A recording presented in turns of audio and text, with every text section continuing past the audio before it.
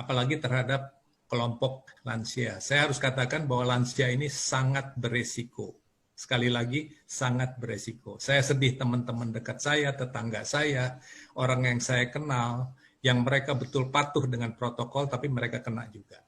Nah, pada kesempatan ini barangkali saya akan coba lebih detail ya, mengenali supaya Bapak Ibu lebih paham bahwa COVID ini sebetulnya sangat cerdik ya, sangat cerdik. Itu makanya di mana-mana dunia orang-orang yang terkenal, orang-orang yang punya harta, punya kekuasaan, itu menjadi tidak ada artinya di depan COVID. Ya, mereka dengan gampang terenggut nyawanya. Belum lama ini konglomerat, seorang konglomerat juga kena, artis, selebritis, jadi tidak pilih siapapun. Jadi saya harus katakan bahwa nasib kesehatan kita sampai terkena atau tidak COVID itu tergantung kita masing-masing.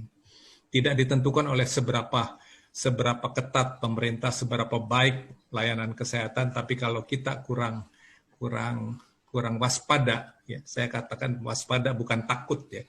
Yang salah itu takut, tapi kita harus lebih waspada kalau kita tahu banyak. Mungkin yang kita tahu belum terlalu banyak tentang COVID. Sehingga kita sedikit bisa lalai, bisa lengah. Ya sekali-sekali kita kumpul lah ulang tahun, arisan, ya, atau makan bersama. Saya kira hal seperti itu yang mestinya kita tunda. Ya, kita mulai dengan, tolong slide pertama.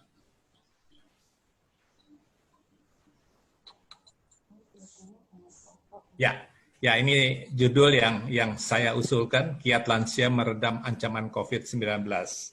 Untuk itu kita mulai dengan bicara COVID itu seperti apa.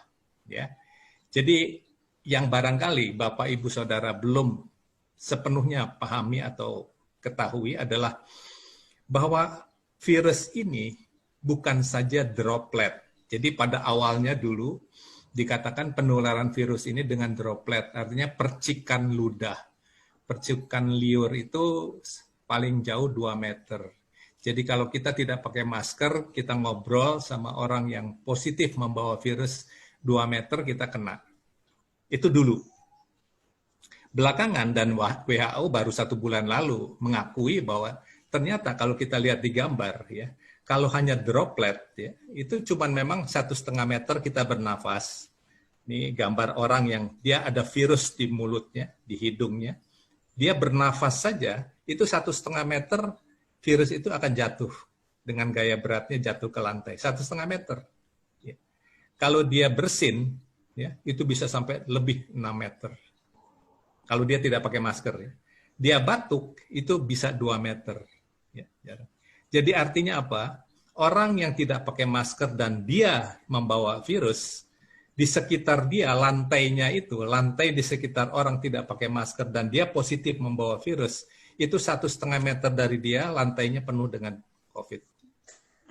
2 meter dari sekitar dia, itu penuh juga dengan COVID kalau dia batuk-batuk.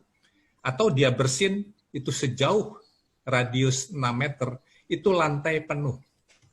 Nah ini barangkali yang belum semua masyarakat tahu bahwa lantai itu ternyata terbanyak jumlah COVID-nya. Itu juga alasan kenapa di rumah sakit, di Wuhan dulu, pertama kali COVID ditemukan, itu lantai rumah sakit, itu betul-betul banjir dengan virus. Tanpa bisa kita lihat.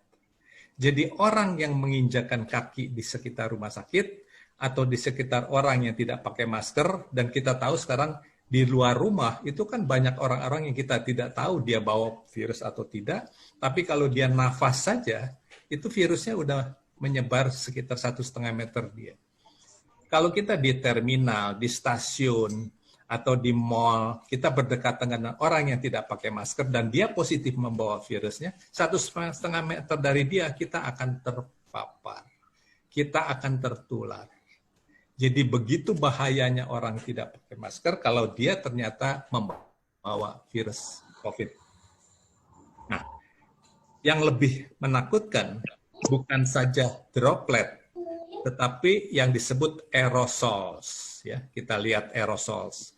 Aerosol itu serbuk-serbuk dari yang keluar dari mulut dan hidung, yang lebih halus ukurannya dari sekedar percikan ludah. Ya, yang tadi kita ceritakan itu percikan ludah, droplet. Tapi ternyata ada serbuk yang bisa melayang di udara, yang ukurannya sangat kecil, kurang dari 10 mikron, dan dia bisa lebih dari 10 meter. Bukan saja jauhnya, tapi berterbangan bisa 2-3 meter di udara. Nah, ini yang sangat berbahaya. Ini yang menentukan mengapa kalau kita beribadah, mengapa kalau kita kumpul di ruangan tertutup, di bar, di restoran, ya, di gym, ya, kalau latihan gym misalnya, itu menjadi sangat berbahaya karena aerosol ini. Termasuk kalau di pesawat udara. Karena aerosol ini bisa lebih dari 10 meter kalau orang itu tidak pakai masker. Ya. Nanti kita akan cerita bagaimana kalau pakai masker. Jadi aerosol ini yang barangkali masyarakat kebanyakan kurang memahami sehingga tidak menghayati, sekali-sekali kita buka ya, masker kita waktu kita makan, waktu kita ngobrol. Masyarakat kita cenderung suka ngobrol. Ya. Dokter-dokter, kenapa tenaga kesehatan di Indonesia banyak sekali jadi korban? Saya menduga alat pelindung dirinya itu bagus, ketat, ya, topi, ya, masker, kacamata, pakaian itu ketat. Tapi begitu dia istirahat berarti buka masker, makan bersama, mengobrol, di situ penularan terjadi. Kenapa bisa penularan? Virus COVID-nya itu udah nempel di bajunya, nempel di tangan, sarung tangannya, nempel di seluruh badan. Nah, ketika dia buka, itu berterbangan itu COVID-nya. Jadi apalagi ngobrol. Ketika ngobrol, dibuka maskernya, jadi virus yang berterbangan dari sarung tangan, dari pakaian, itu terhirup oleh masing-masing yang ketika itu makan bersama, ngobrol bersama. Jadi tenaga kesehatan bukan waktu dia bekerja. Saya menduga itu pada saat dia beristirahat. Pada saat mereka duduk makan bersama, ngobrol, pada saat itu penularan terjadi. Begitu juga sekarang orang yang senang bersepeda. Bersepeda rame-rame, saat bersepeda it's okay, ya. Semua pakai pelindung. Begitu beristirahat, buka masker, ngobrol, atau makan bersama, di situ penularan terjadi. Fakta ini sudah banyak terjadi. Rumah sakit di Jogja ada yang tertular dari mereka yang hobi main sepeda, seorang dokter tertular ketika mereka melakukan kegiatan bersepeda bersama. Jadi dianalisa ternyata penularan terjadi ketika mereka makan bersama. Jadi hati-hati makan bersama. Hati-hati berada di ruangan tertutup dengan aircon, dengan air AC, hati-hati. Karena aerosol ini berpotensi. Sehingga sekarang itu dilarang, ya. Di ruangan tertutup ada pesta, ada kumpul arisan, di gym, ya, di bar, di gedung bioskop, itu tempat-tempat